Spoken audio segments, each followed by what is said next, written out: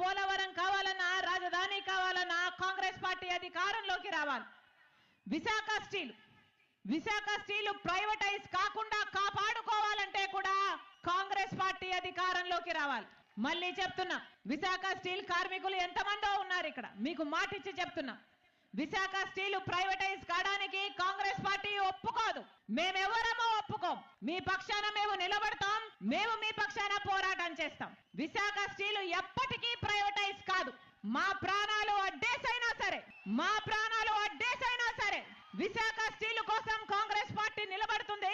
Visakha steel ను కాపాడుకునే ప్రతి ప్రయత్నము మీరు ఎప్పుడు పిలిస్తే అప్పుడు, ఎప్పుడు కేకేస్తే అప్పుడు కాంగ్రెస్ పార్టీ ప్రత్యక్షమైతుంది. మీకోసం పోరాటం చేస్తామని కాంగ్రెస్ పార్టీ తరఫున మీ రాజశేఖర రెడ్డి బిడ్డ ఈ రోజు మీకు మాటిస్తుంది. నేను రాజశేఖర రెడ్డి బిడ్డను. పులి కడుపున పులే పుడుతుంది. నా గుండెలో నిజాయితీ ఉంది. నా పుట్టి